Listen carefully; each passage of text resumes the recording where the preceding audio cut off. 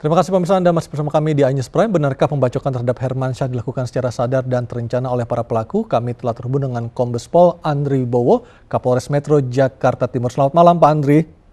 Malam Mas, gimana Mas? Pak Andri, sejauh ini penyidikan ataupun penyelidikan dari polisi terkait dengan kasus pembacokan Hermansyah, kondisi atau update-nya seperti apa Pak?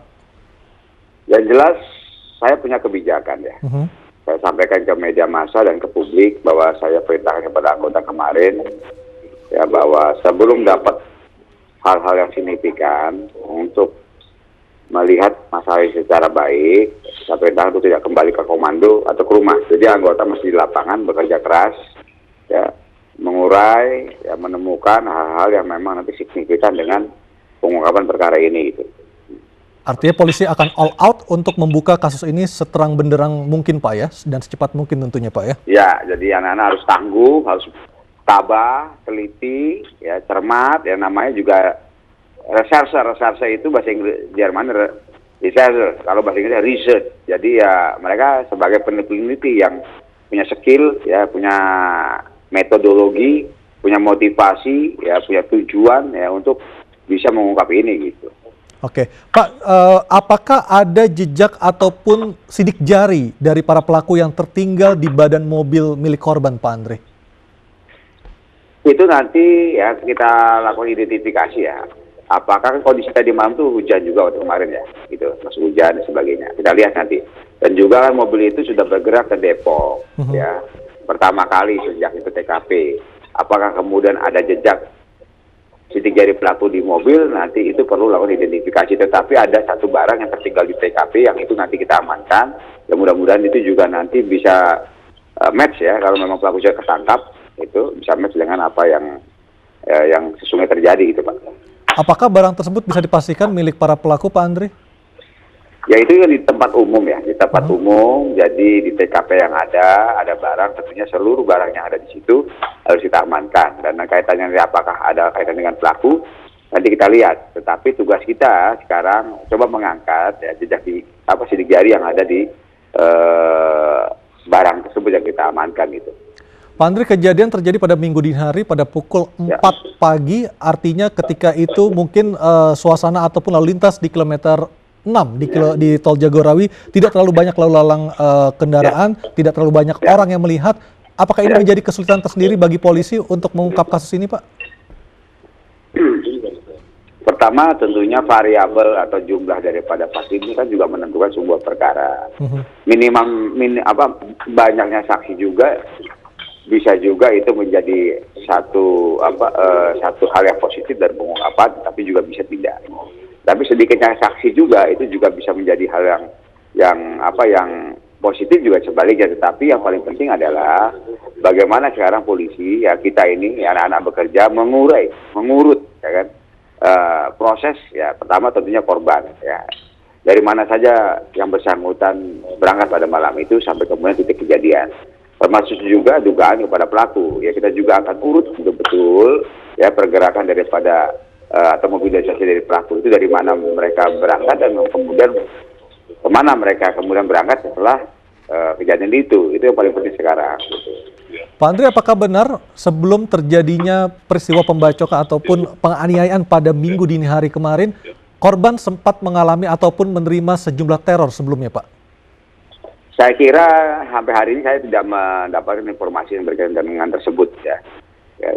Jadi hal yang paling penting di situ adalah bahwa memang data hari ini ya mereka bahasa Inggrisnya coincidentally lah kebetulan ketemu di jalan tol itu, kemudian cenggolan ya, kemudian dikejar, di stop ya, tentunya minta pertanggungjawaban, kenapa kamu nyenggol mobil saya misalnya itu, tapi respon yang diterima bukan kemudian minta maaf, tetapi kemudian serangan gitu. Kalau menurut Bapak berdasarkan apa yang terjadi di lapangan, apakah ada kemungkinan kasus ini merupakan kasus kriminal murni, artinya kasus yang terjadi karena para pelaku maupun korban sama-sama emosi dengan peristiwa tersebut, ataukah ada penyebab lainnya Pak Andri? Saya kira perilaku lalu lintas di kita kan juga menunjukkan sebuah peristiwa tidak hanya lalu lintas ya. Di lalu lintas juga di jalan tuh kadang-kadang karena padat ya, panas ya, kemudian saling cepat-cepatan ya. tidak sedikit juga yang terjadi kemudian persoalan lalu lintas menjadi persoalan kriminal ya, saling berkelahi ya antar pengemudi sopir. Ini adalah fenomena di ibu kota yang memang potret lalu lintas itu menunjukkan bagaimana density ya, kepadatan manusia dan juga berbagai persoalan itu kompleks itu terjadi, itu potretnya. Jadi saya kira kalau lihat dari kemarin ya, data awal yang kita bisa dapatkan itu top priority kita adalah bahwa persoalan itu adalah senggol di jalan tol, ya, kemudian menjadi persoalan kriminal gitu.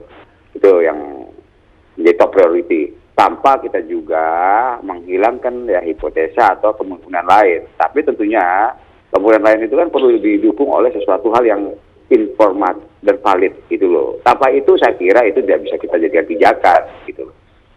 Tapi mengapa para pelaku begitu brutal untuk menyerang korban sehingga korban nyaris kehilangan nyawa dengan sejumlah luka bacok yang dideritanya, Pak Andri? Ya saya bilang tadi, dalam konteks kehidupan ibu kota yang densitinya padat, kompleksitas persoalannya banyak, itu juga sangat mempengaruhi psikososial masyarakat. Brutalisme itu bisa saja terjadi kepada siapa saja. Contoh ya, kasus kemarin yang di Bandung lah ya, bom panci. Ya, pedagang bilang anaknya baik dan sebagainya, tetapi kemudian menjadi aktor daripada kemudian lone wolf teroris. Ini juga fenomena, jadi sesuatu hal yang bisa terjadi pada siapapun.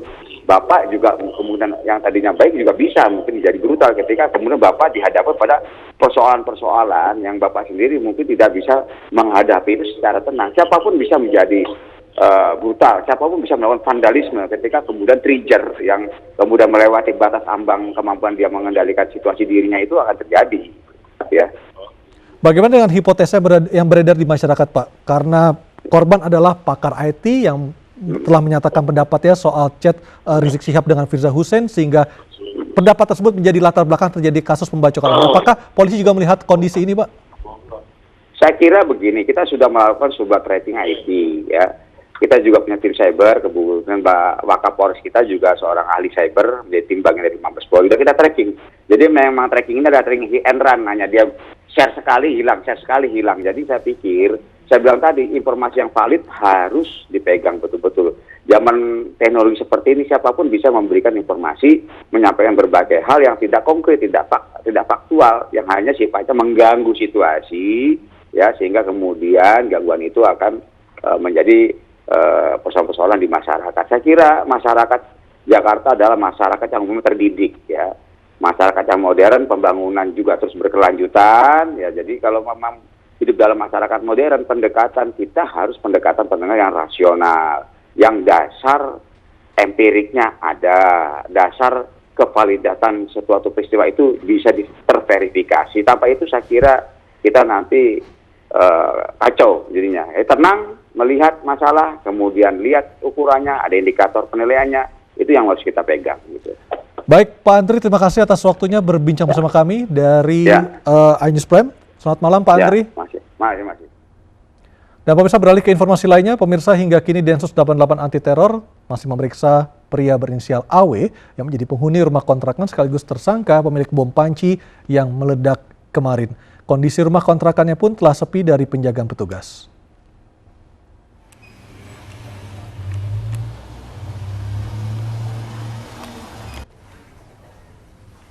Garis polisi di rumah kontrakan AW di Buah Batu, Bandung, Jawa Barat hanya terpasang di depan kamar dan sebelumnya di radius 200 meter. Terlihat gerobak bakso yang biasa digunakan oleh AW. Kamar tersangka tempat meledaknya bom panci masih berantakan dan sejumlah barang bukti telah diamankan petugas termasuk membawa tersangka ke Jakarta untuk diperiksa lebih lanjut sejak Sabtu malam lalu.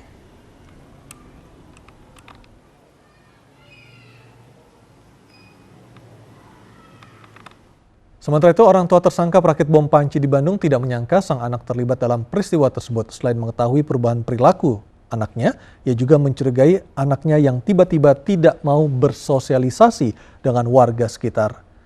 Warga di sekitar kampung Anggareja di Kecamatan Cimahi Utara mendadak ramai saat ada pemberitaan teror bom panci di kota Bandung pada hari Sabtu lalu. Dan hal ini terjadi karena Awe pernah tinggal bersama ibunya yang berada di kampung ini.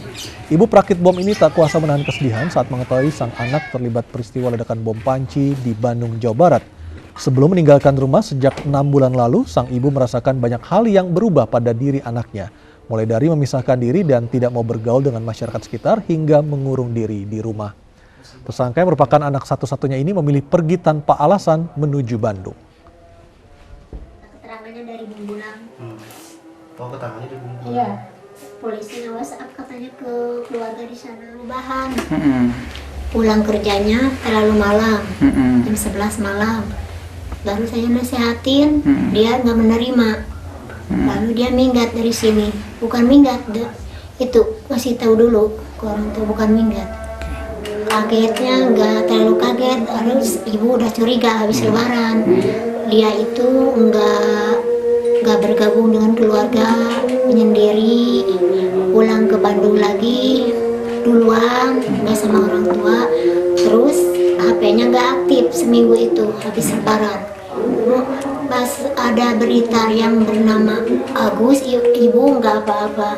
Waktu berita lagi ada yang bernama bom di Buah Batu, hati ibu ya udah srek itu anak ibu. Tapi namanya cuma Agus. Putar lagi berita ada Agus Wiguna, KTP, alamat, itu betul anak ibu. Pemirsa, warga kampung Cibelentuk, Desa Bojong, Kecamatan Bungbulang, Jawa Barat terkejut tetangga mereka, Awe, adalah pemilik bom panci yang meledak di Buah Batu. Pasalnya selama ini mereka mengenal Awe sebagai sosok yang baik dan pandai bergaul. Semenjak dia mengembalikan motor cicilannya. Mau dikembalikan, Pak? Iya, motor cicilan dikembalikan. Alasannya kenapa, Pak? Alasannya itu katanya gimana itu? Mubadir gitu, haram. Tuh, terus kalau makan, Pak, ini makanan pakai bumbu Royco enggak? Kalau pakai Royco saya nggak mau makan, haram. Terus lagi, Pak, ini beli ayam dari mana? Daging ayam dari pasar. Nggak boleh dimakan, jangan. Siapa yang nyembelihnya? Itu. Ini takut-takut orang yang nyembelih ini nggak suka beribadah, nggak suka melaksanakan sholat. Itu. Berapa bulan, Pak, itu? Ya sekitar 2 bulan ke belakang. Ya agak itu aja beda gitu kalau udah ke sana. Bedanya seperti apa? Ya gimana ya? Kalau secara penampilan gimana, Bu? Biasa aja penampilan. Sesama tetangga baik, sama tetangga juga. Ibu menyangka nggak, Bu? Enggak. Pemilik bom panci merencanakan aksi terornya di 3 tempat, yakni rumah makan Celangan, kafe Bali, dan rumah ibadah. Dan rencana pemilik bom panci terbongkar setelah bom rakitannya meledak di rumah kontrakannya di Buah Batu, Bandung, Jawa Barat. Salah satu target yang akan diledakkan oleh pemilik bom panci adalah rumah makan Celengan di Jalan Astana Anyar, Bandung. Namun tidak ada yang berubah setelah ancaman peledakan terungkap. Para pelanggan setia rumah makan Celengan tetap datang seperti biasa dan menikmati menu-menu favorit mereka. Pemilik rumah makan Celengan sempat terkejut dan khawatir ketika mengetahui rumah makannya menjadi sasaran peledakan bom panci.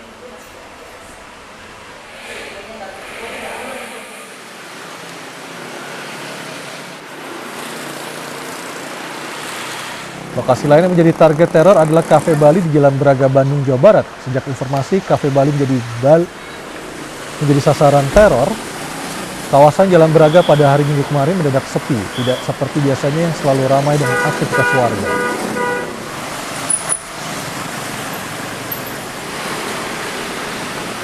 Tempat ketiga yang menjadi sasaran teror adalah sebuah rumah ibadah di kawasan Buah Batu, Bandung.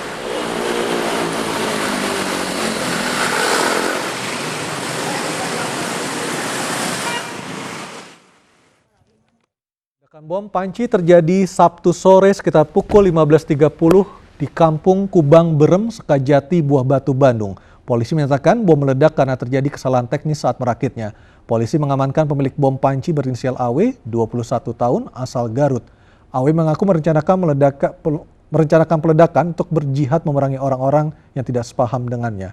Dan rencananya AW akan meledakkan bom rakitannya di 3 lokasi di Bandung, diantaranya Cafe Bali di Jalan Braga, rumah makan Celengan di Astana Anyar, dan rumah ibadah di Buah Batu.